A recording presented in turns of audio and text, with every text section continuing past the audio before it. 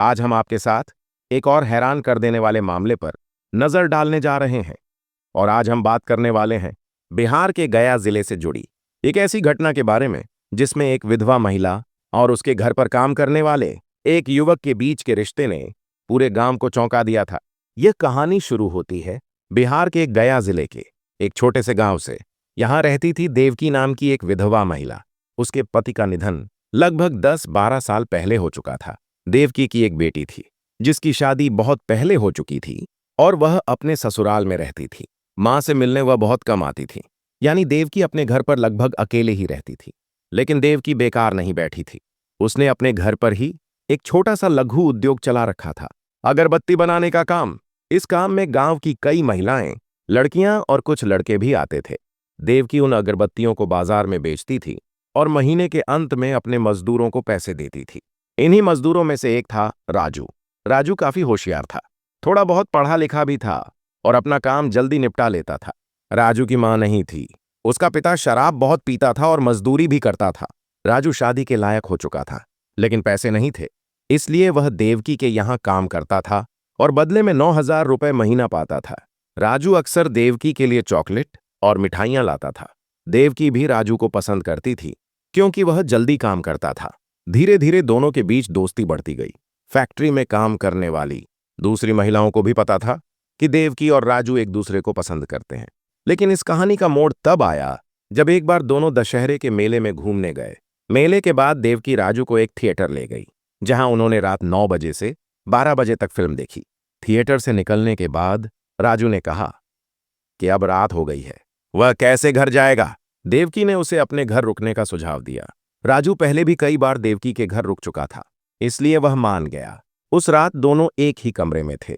देर रात जब दोनों को नींद नहीं आ रही थी तो देवकी ने राजू के साथ शारीरिक संबंध बनाने की कोशिश की। राजू ने पहले मना किया, यह कहते हुए कि वह उम्र में छोटा है, लेकिन देवकी की बातों में आकर वह मान गया। उस रात दोनों के बीच संबंध बन गए। इसके बाद राजू को अपने ऊपर बहुत घृणा हुई। वह उसी रात वहां से चला गया और लगभग 1 सप्ताह तक देवकी के घर काम करने नहीं आया। तब देवकी खुद राजू के घर गई। राजू ने उससे बात करने से मना कर दिया। तब देवकी ने उसे बताया कि पति के मरने के बाद वह कई सालों से अकेली थी और उस रात वह खुद को रोक नहीं पाई। यह सुनकर राजू को उस पर तरस आ गया। फिर राजू ने कहा कि जो हुआ सो हुआ, लेकिन अब वह अपनी मर्जी से यह संबंध बनाना चाहता है। देवकी ने कहा कि रात में उसके घर आ जाए। रात हुई। राजू देवकी के घर पहुंचा। दोनों ने पूरी रात शारीरिक संबंध बनाए, लेकिन सुबह होते होते राजू ने कुछ ऐसा कर दिया जिससे देवकी बेहोश हो गई। रिपोर्ट के अनुसार राजू ने देवकी के निजी अंग में कोई चीज डाल दी, जिससे वह गंभीर रूप से घायल हो गई। राजू घबराकर वहां से भाग गया। सुबह जब मजदूर काम पर आए तो उन्होंने देवकी को बेहोशी की हालत में पाया। उन्होंने तुरंत उसे अस्पताल पहुंचाया। 3 दिन बाद देवकी को होश आया। तब तक उसकी बेटी भी अस्पताल पहुंच चुकी थी। बेटी ने पूछा, मां, यह किसने किया?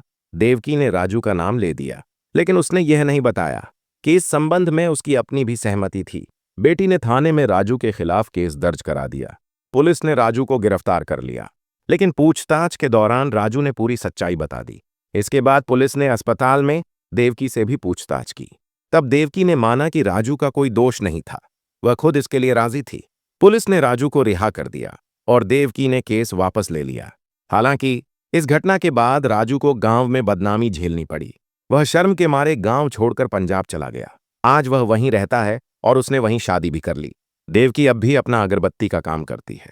दोस्तों, इस घटना को सुनाने का मकसद किसी को दुखी करना या परेशान करना नहीं है, बल्कि आपको सतर्क और जागरूक करना है। हमारा उद्देश्य है कि आप इस जानकारी से कुछ सीखें और सावधान रहें। इस पूरी घटना पर आपके क्या विचार हैं, हमें कमेंट में जरूर बताएं। अगर आपको हमारी मेहनत पसंद आई हो तो इस वीडियो को लाइक करें और अपने दोस्तों के साथ शेयर करें। अगर आपने अब तक चैनल को सब्सक्राइब नहीं किया है तो कृपया अभी सब्सक्राइब कर लें। धन्यवाद।